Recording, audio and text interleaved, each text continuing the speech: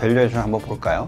올해 연초에 다들 뭐라고 얘기했냐면은 미국의 S&P 500의 PER이 한 16배, 17배 정도 되는데 나스닥이나 대형 기술주의 P 멀티플이 그거의 2배, 30배 정도 된다. 30배 더 넘는 35배 정도 된다. 자, 그렇게 했는데 지금 6개월 지나고 7개월 지나고 국가는 대형 기술주 위주의 나스닥 위주의 상승이 두드러졌죠. 매그니피컨 7 같은 경우에는 50% 올랐고 S&P 500 같은 경우는 거의 못 오르고, 그러니까 그걸 제외한. 근데 지금 다시 현재 시점에서 또 PER을 계산해 보시면 어떤 답이 나오냐면은 나스닥이 또 35배, 그리고 S&P 500이 19배. 그러니까 보면은 오히려 지금 괴리가 오히려 더 줄어들었죠. 무슨 얘기냐? 그만큼 이익이 많이 늘고 있다라는 얘기죠. 우리가 보통 투자를 할 때 있어서 그냥 PER만 보는 게 아니라 PER의 이익 성장성을 보면서 같이 보잖아요. 그래서 워낙 이익이 뭐 30%씩 늘면 지금 S&P 500 이익 증가율이 내년도 12개월로 봤었을 때 한 12% 정도로 보고 있는데 그걸 2배, 5배 뭐 이렇게 오르는 종목들이라면 그 이익 증가가, 그럼 PER이 아무리 지금 35배이고 S&P 500이 예를 들어서 뭐 19배라 하더라도 이익이 갑자기 50% 늘어버리면 뚝 떨어지는 거죠.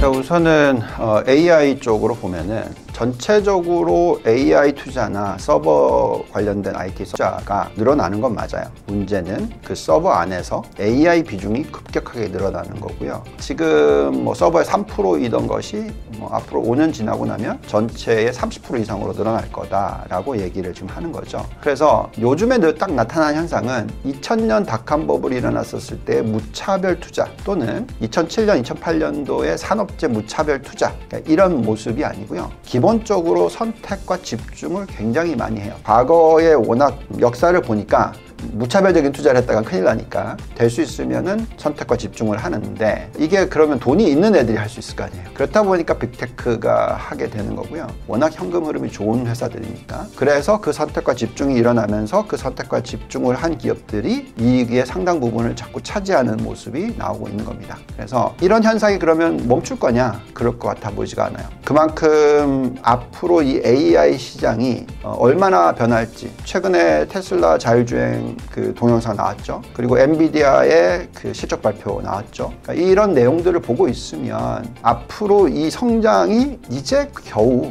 초입 단계, 정말 많이 갔다 하더라도 3분의 1 정도 온 거. 그래서 앞으로 최소 3분의 2가 남아 있다라고 생각하신다면 이쪽 성장성이 전체를 끌고 갈 수 있느냐? 예, 갈 수 있다라고 생각하고요. 또한 앞으로 어떻게 변할지를 보셔야 되는데, 과거에는 그러니까 인터넷이라는 것이 들어오면서 그 인터넷을 가지고 엄청난 설비 투자가 다 들어갔어요. 그래서 인프라를 막 깔았고요. 그 다음에 이제 2013년대부터는 애플이 모바일 인터넷으로 바꿨고, 그 모바일 인터넷에서 소프트웨어까지 연결시켰어요. 그러니까 그 과정을 봤거든요. 그러니까 지금 이제 이 AI 쪽은 또는 전기차 쪽은 어떻게 되는 거냐면 하드웨어를 지금 까는 거죠. 뭐 예를 들어서 지금 IT 인프라 중에서 AI 인프라를 막 깔고 있는 게 엔비디아고, 나중에 자율주행으로 갈 텐데 전기차를 막 깔고 있는 거, 하드웨어를 깔고 있는 게 테슬라죠. 근데 이 두 회사가 다 소프트웨어 쪽까지 침범을 하는 거죠. 그래서 엔비디아는 지금 다른 여러 가지 투자를 하고 있는 거고요. 마찬가지로 테슬라도 다른 투자를 하면서 자율주행까지 연결시키고 뭐 이런 식으로 하는 겁니다. 그래서 우리가 하드웨어에서 소프트웨어, 그러니까 서비스까지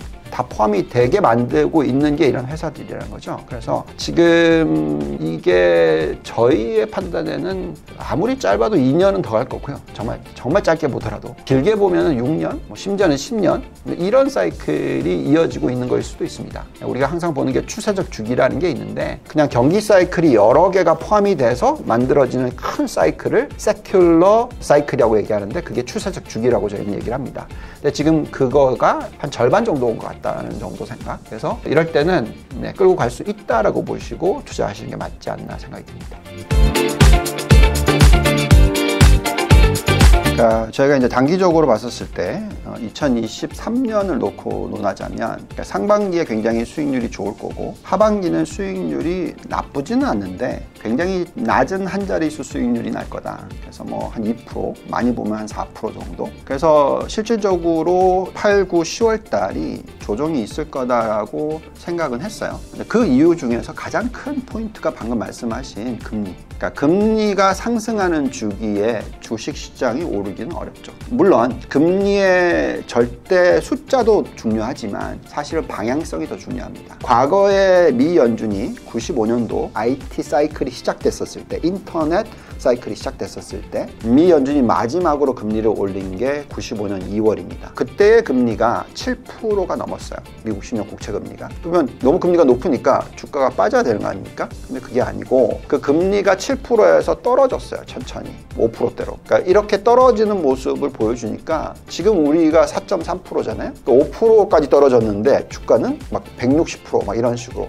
나스닥이 올랐단 말이죠. 그러니까 무슨 얘기냐면 금리가 높지만 떨어지는 추세를 보여주면은 올라갈 수가 있는 거죠. 우리가 적정 가치를 구해보면 되는 거니까. 그래서 지금 저희가 판단해야 되는 거는 금리의 방향이 어떻게 될 거냐. 근데 금리가 계속 올라가는 방향에 있을 때는 주식시장도 오르기 어렵고 또한 채권도 손실이 나죠. 그래서 이럴 때는 저희가 좀 시장에 대해서 숨고르기 구간이다라고 말씀을 드리는 거고요. 그리고 중요한 것은 미 연준이 이제 거의 끝물에 왔다라는 게 이제 금리를 올리는 게 이제 끝났다. 아니면 오히려 이미 끝났을 수도 있다 이런 거죠. 이제 그 메시지가 전달되기 시작하면 금리가 이제 더 이상 오르기보다는 천천히라도 떨어져주는 모습을 보여줄 겁니다. 자, 이렇게 되면은 증시가 상승을 할 수 있다라는 얘기를 해드릴 수가 있는 거고요. 특히 대형 기술주는 더더욱이나 금리에 의해서 변동성이 더 적어요. 왜 그러냐면 아까도 말씀을 드렸습니다만 IT 기업들 중에서 빅테크 이런 기업들은 워낙 현금 흐름이 좋거든요. 그러니까 심지어는 미국 정부보다도 더 안전하다라는 개념까지도 생각을 한단 말이죠. 자, 그렇다 보니까 지금 미국의 정부 부채 비율은 120%, 130%인데 얘네들은 순 부채 비율이 뭐 거의 몇십 프로밖에 안 된단 말이죠. 100% 훨씬 미치란 말이죠. 거기다가 성장을 굉장히 잘하고 있잖아요. 그리고 직접적으로 투자를 하면서 성장을 일으키고 있고. 그러니까 그렇기 때문에 이런 상대적인 매력도가 자꾸 보이는 거죠. 그렇다 보니까 워런 버핏님 같이 성장주 투자를 싫어하시지만 전체 포트폴리오의 절반을 F로 들고 가는 거죠. 그만큼 그 회사는 현금 흐름이 좋고 부채 비율이 낮고 성장도 하고, 그러니까 이런 것들을 너무나 많이 갖추고 있어서 그렇기 때문에 저희가 생각할 때 금리의 방향성이 고점을 찍고 떨어져 주기만 하면 또 다시 상승할 수 있기 때문에 지금 이 구간, 그러니까 앞으로 한 달이 더 될지 두 달이 더 될지는 정확하게 모르겠으나 아니면 뭐 지금 벌써 시작일지도 모르겠으나 이런 조정 구간에 투자를 늘리시는 전략이 적절하지 않을까 생각이 듭니다. 두 가지로 얘기를 해볼게요. 우선 중국의 시장이 예상보다 좋지 않기 때문에 또 중국을 미국이 어떻게 보면은 길들이기를 한다고 해야 될까요? 그러니까 이런 모습이 나오고 있어서 빅테크든 어쨌든 대형 기술주 뭐 대부분을 봤었을 때 우리가 가장 먼저 판단했던 게 뭐냐면 중국 매출 비중이 전체 매출 비중이 얼마냐. 높으면 높을수록 그 주가는 탄력받기가 어렵다.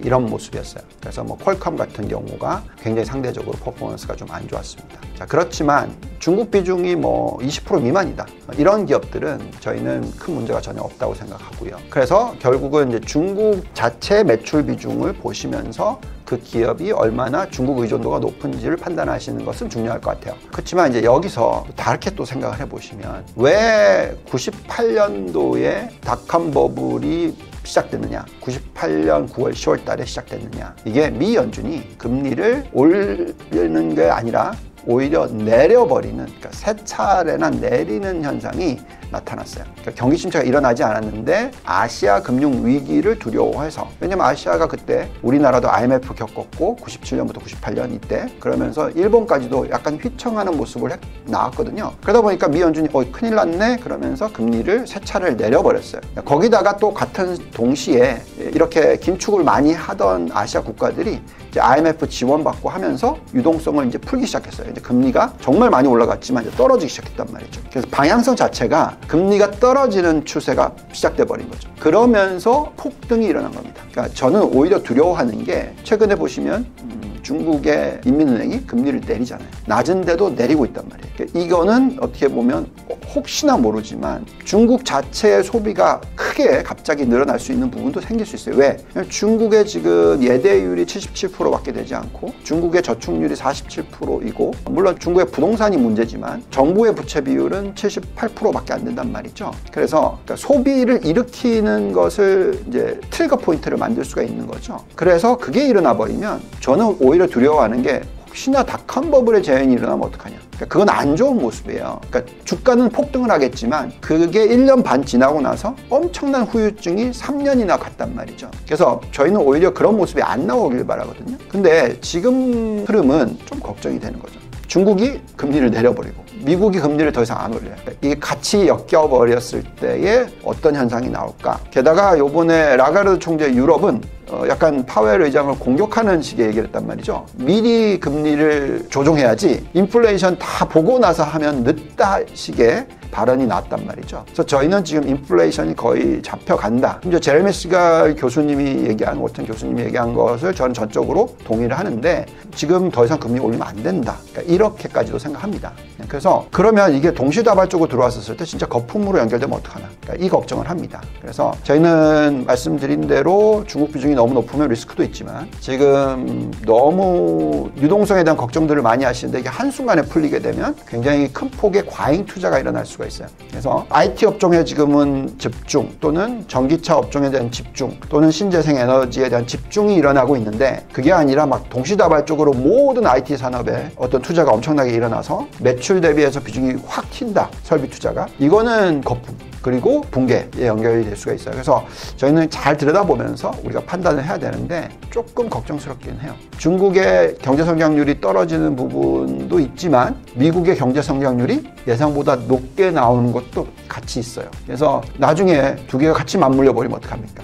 즉 미국의 경제 성장률이 올라가는데 중국의 경제 성장률도 같이 올라간다. 이거는 엄청난 과잉 투자가 일어나는 시기일 수도 있다는 거죠. 이 AI를 못 쫓아가면, 전기차를 못 쫓아가면, 신재생 에너지를 못 쫓아가면 우리는 큰일 나겠구나 하는 갑자기 두려움이 생겨서 투자가 너무 많이 일어나 버리면 이게 과잉 투자고 엄청난 버블을 만들고 거품을 만들고 그리고 나중에 폭락 현상과 연결이 되기 때문에 저희는 그걸 지켜보고 있고 판단하려고 노력하고 있습니다.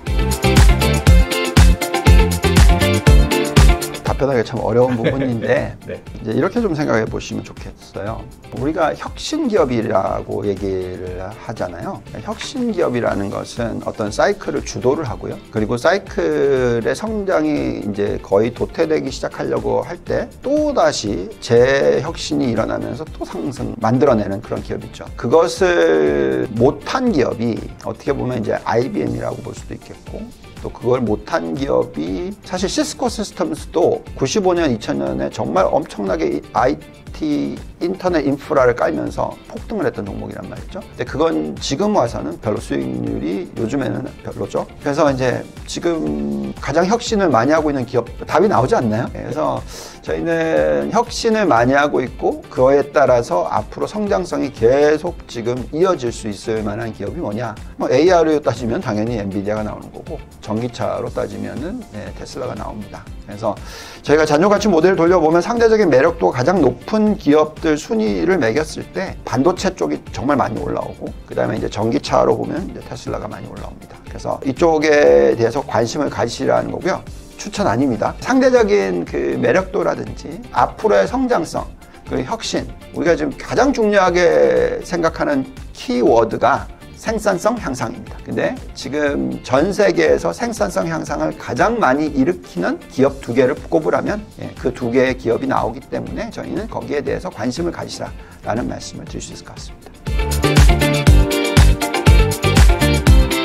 정말 중요한 타이밍에 정말 좋은 상품이 나오고 있는 것 같습니다. 왜냐하면 지금 우리나라의 현재 상황 자체가 어떻게 보면 우리나라 생산성 향상이 좀 저조해요. 그래서 우리가 이 고비를 잘 넘기려면 생산성 향상이 일어나는 종목이나 업종에 투자를 하셔야 되거든요. 근데 그걸 한국에 국한하면 정말 힘드실 수가 있어요. 그래서 이런 대형 기술주들의 투자를 하는 ETF를 활용하신다는 것은 정말로 어떻게 보면 장기적인 미래를 잘 만드실 수가 있다고 생각이 들고요. 또 아까도 말씀드렸지만 이 사이클이 그냥 앞으로 1년 하고 땡, 뭐 아니면 이제 끝났다 이게 아니라 길어지면 뭐 2년, 4년, 6년, 10년 이렇게까지도 갈 수 있기 때문에 물론 어느 시점에서는 멈출 수 있겠죠.